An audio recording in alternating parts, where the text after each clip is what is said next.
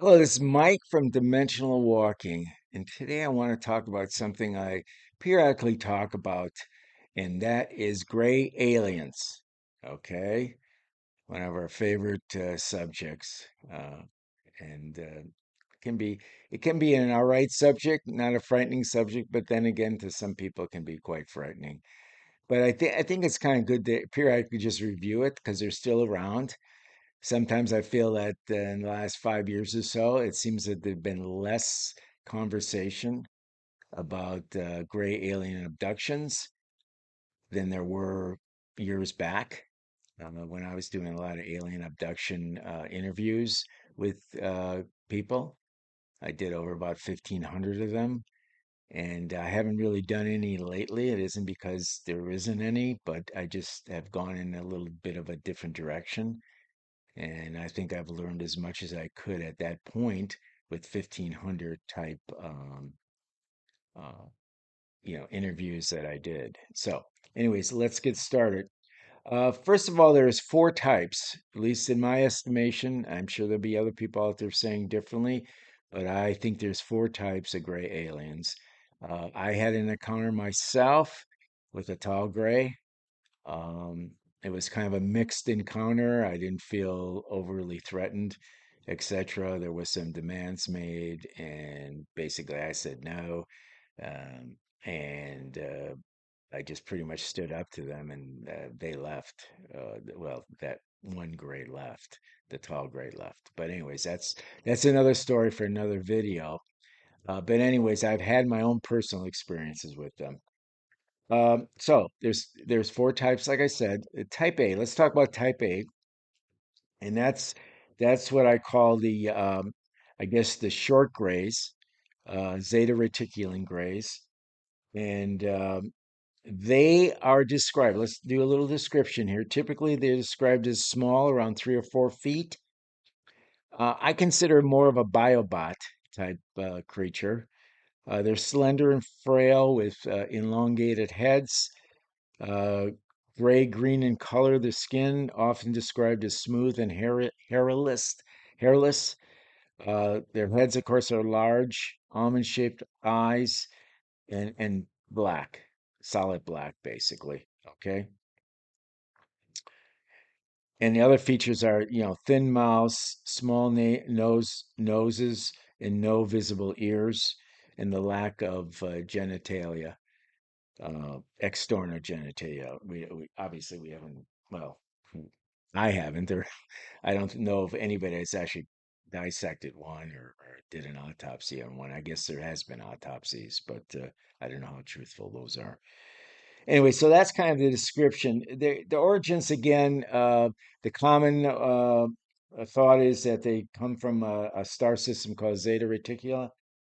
It's a binary star system located about 39 light years from Earth, which is pretty dang far away. Okay.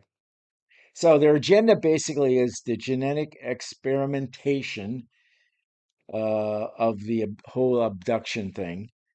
They're probably involved with the vast majority of the abductions, performing the typical medical exams, the collecting of biological samples, sperm, eggs, blood, probably other tissues, and even conducting hybrid uh, programs, breeding programs with humans. Um, so again, their alleged behavior is they're frequently connected with the abductions, or they are the abductors. Uh, and again, the various medical exams I spoke of, and they're even involved in, of course, the removal or the implantation of devices, implants, basically. Okay. So then, of course, there's the hybrid breeding programs. Uh, some suggest they're involved in breeding programs with humans, creating a hybrid offspring, which I believe to be true. Okay. So they are described as communicating through telepathy, and through direct verbal communications has also been reported. Yes, most of the time it's telepathy. was a few people in the 1500 or so that I interviewed that did say that they seemed to be able to talk on a verbal level. It was fairly rare, though. It was fairly rare. Okay. Um, so, possible motivations, genetic research, their primary interests may lie in studying and manipulate human genetics. Um, so that's pretty much the type A's, okay? And they were the ones that did, again, they were really at the forefront back of doing lots of, I say millions of abductions and doing some of these other things that I mentioned. So then there's the type B. The type B are the I call the tall grays. Okay, and let me get a description here in front of me. They're quite a bit taller, than say type A's. Um, uh, they've been seeing the one that I saw that was in front of me was probably I thought it was hard to kind of judge, but they were tall. I figured over 6 feet for sure. Um, I don't know if they were 7 or 8 feet. No, I don't think so. I think the one I saw was a smaller tall gray. Okay, and they share the similar characteristics as the short grays, including the large eyes, thin mouths, and gray skin, often described more imposing and commanding figure. Okay, and this one that I met, yes, I felt the same way. He was quite commanding. He happened to be with a reptilian, and golly, I think it was a Nortic. I guess I shouldn't forget that, but I think it was kind of a Nortic looking being. It didn't talk, the Nortic looking being didn't talk, didn't communicate much.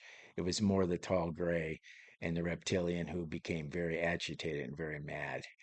But what can I say, right? Um, so their origin is less defined, but they are usually associated with the Zeta Reticuli system, as are the short grays.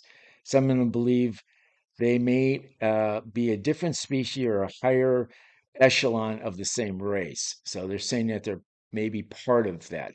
Now, the issue is, I think they are part of it, but I think at the same time, I agree, they could be a different echelon, a little higher up the pecking order, because I still think the grays, the short grays, are a bio type thing, part part entity, a live entity, and part a AI type entity. So, and they were the ones that, yeah, again, going back to the type A's, they were the ones that did a lot of the work. They were the worker bees, okay? Where the tall grays probably were the commanders, or you know, they were the ones in charge, okay? So, um, again, they were the tall grays were the supervisors overseeing the activities of the shorter grays. Some accounts also suggest that they may be involved in diplomatic or even adversarial interactions with human governments or secret organizations. Um, so that's very possible. They could be the ones that are talking to U.S. government officials, or French government officials, or English or Russian or whatever, maybe Chinese. I don't know too much about the China end of it, but that very well could be because they looked like they were in command. They felt like they were in command. So, anyway, so that's type A and type B.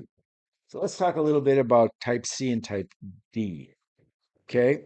So, type C is kind of an in between size, about 5 foot tall. They have more like human-like eyes with pupils, but a small nose, mouth, and a sort of ears with a rounder face. Okay, and they speak with words. They speak with words. Now, again, in all my interviews, they were very rare too. There wasn't that many encounters with them among these 1,500 people, but there was a couple. I do remember them talking about the more rounder face, and that there was verbal, all verbal, no telepathy at all.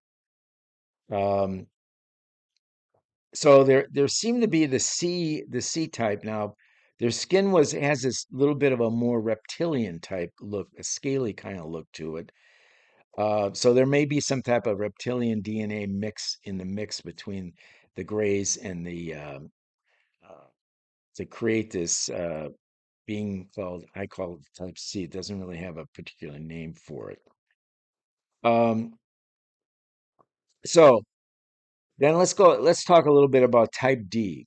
I don't have as much information about C or D because, again, my interviews, there was minimum conversation on those two types, but there were different types. They were definitely different. So type D was very similar to C, but their skin is reptilian in appearance. So they really had the reptilian skin, although they were still had the shape of their body. Reptilians, the true reptilians, as you probably know, look like reptiles, and you cannot think they're anything but a reptile type. Okay, because when you see them, they can be pretty damn scary. Basically, when I saw those three beings in front of me, and one was a reptile, it was like I had to always keep one of my eyes on that one. Okay, because I didn't really know what was going to happen next. Um, so again, let's see what else. Some of these um, rays. One of the interesting thing is they basically some of their nutrition was basically absorbed through their skin. Okay, not all of them though. Okay, um, and it was actually rubbed. It was like they loved the membrane thing. The cattle mule nation. You probably have heard about that. I've written about that. A lot of times those membranes and stuff was kind of made into some type of a I don't want to say a mash, but maybe a mash, and then it was rubbed on these aliens or somebody put it on. I don't really know who, but um, so so again, I just started talking about it, but here's a couple of more things on my notes. So the Greys have an agenda here and probably have been here for a very long time, as long as humans have been here. I think the Greys have been. Uh, they again have seem to have some of them have an interest in our cattle mutilations. A lot of times, what they do, you'll see these other things like this, the type B, C, and D. They will be hanging around on the outskirts of type A or the short grays, and they're actually watching. They're watching what the A's are doing in the abduction scenario. Type B's, which are the tall grays, have been seen working along human scientists in underground bases, like the underground base in Dulce. There's various other underground bases where they've seen these uh, tall grays kind of helping or working with the human scientists. Um, Again, the C and Ds are rarely cited, or at least they are not really overly remembered for some reason. So I believe the type A's, the short grays, want to be more like us in every way. Some even say they want our souls. Now, type A's again are these I consider biobots, okay? And they're not all entity. They're not, I think that the type B's, the talls are all solid entity and they don't have any kind of AI type built into them, okay?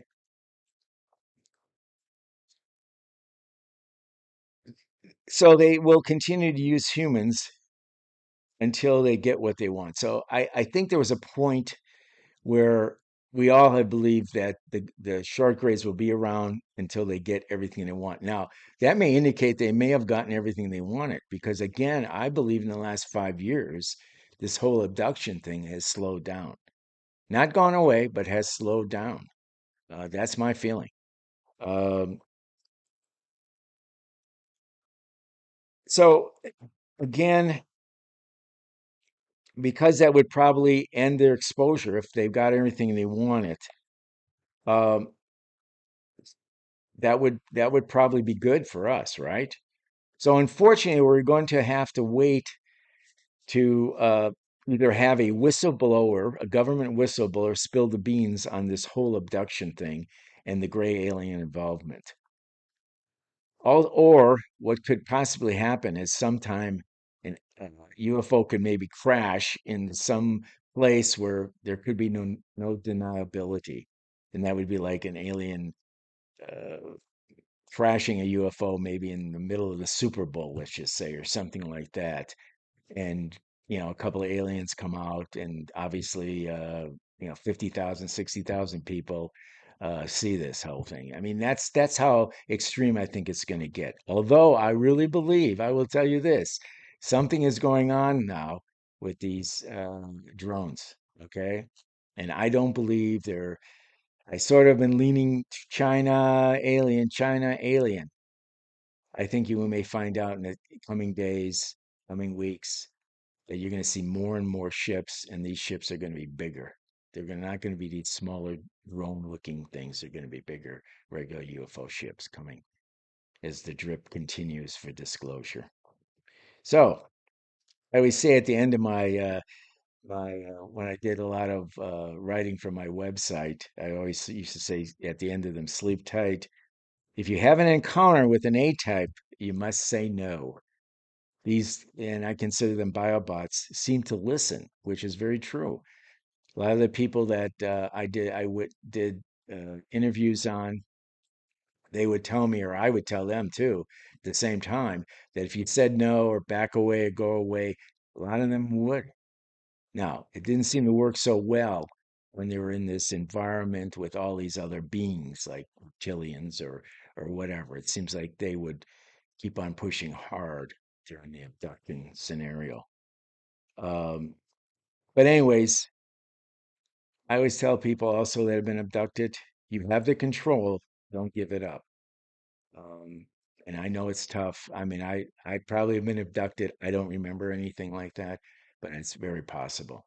Who knows? I still think millions of people have been abducted. And anyways, with all that said, happy trails until we meet again. Bye bye.